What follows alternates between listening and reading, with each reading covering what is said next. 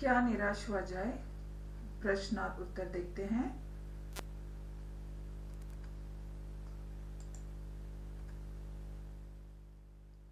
लेखक ने स्वीकार किया है कि लोगों ने उन्हें भी धोखा दिया है, फिर भी वह निराश नहीं है। आपके विचार से इस बात का क्या कारण हो सकता है? यहाँ पे लेखक what he has said that even people have cheated him, even then he is not upset, he is not depressed. Why do you think? What is the reason behind it? Now answer is, यहाँ लेखक का आशावादी व्यक्तित्व सामने आता है। जहां तक लेखक ने अपने व्यक्तिगत अनुभवों का वर्णन किया है, लेखक ने धोखा भी खाया है, पर उसका मानना है कि अगर वो इन धोखों को याद रखेगा तो उसके लिए विश्वास करना बेहद कष्टकारी होगा, और इसके साथ साथ ये उन लोगों पर अंगुली उठाएगा जो आज भी ईमानदारी व मनुष्यता के सजीव उदाहरण हैं।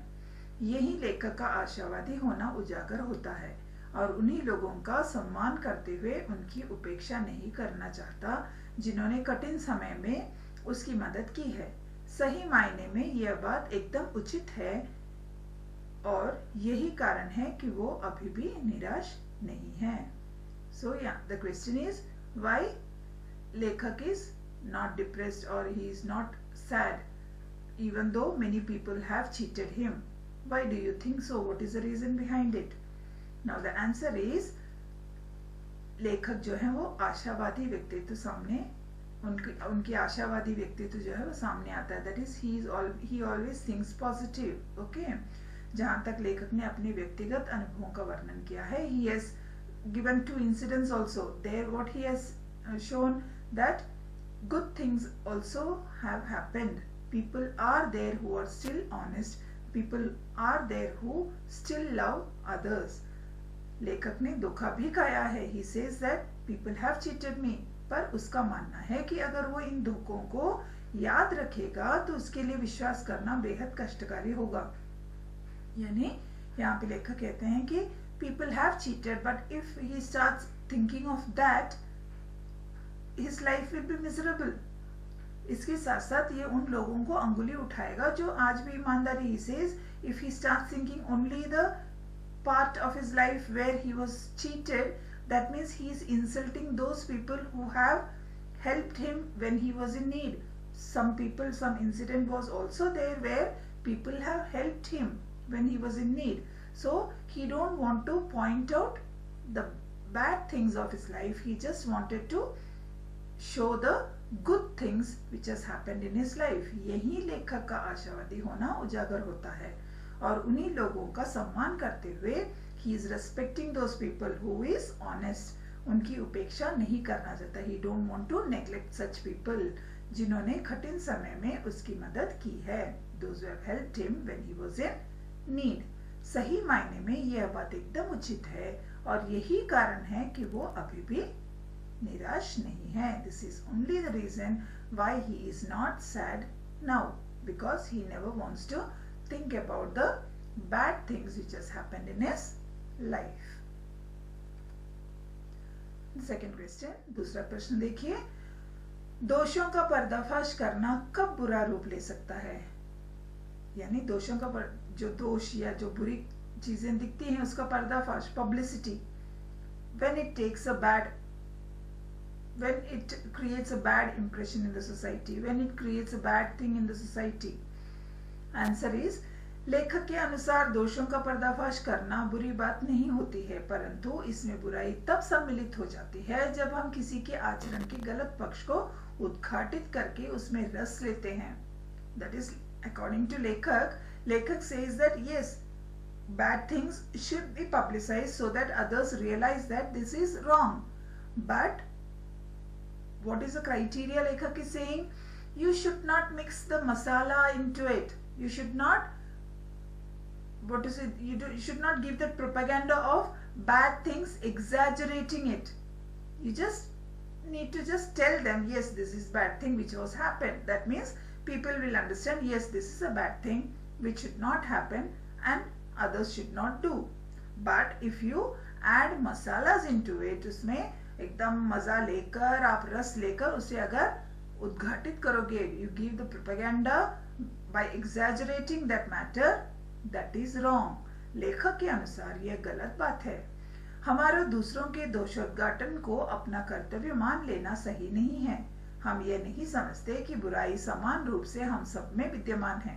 यह बढ़कर हम किसी की बुराई में रस लेना आरंभ कर लेते हैं और अपना मनोरंजन करने लग जाते हैं। सो व्हाट लेखक says, everybody has good and bad qualities, so you should not exaggerate others' bad qualities. You should just understand that this thing is bad.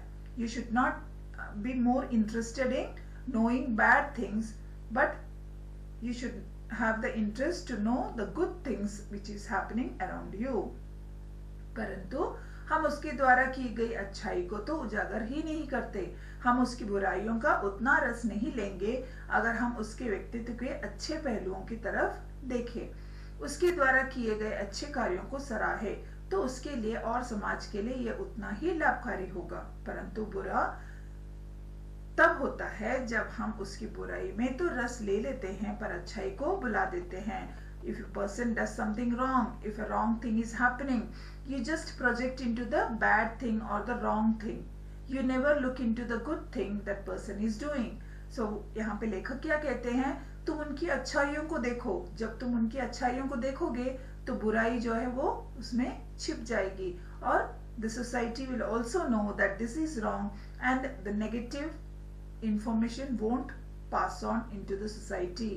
And when people are not interested in listening to the negative things, always in the society there will be a positive vibe. Okay. लेखक ने लेख का शीर्षक क्या निराश हुआ जाए क्यों रखा होगा? Why लेखक has given the topic as क्या निराश हुआ जाए? What do you think so? What is your view? Okay. Answer.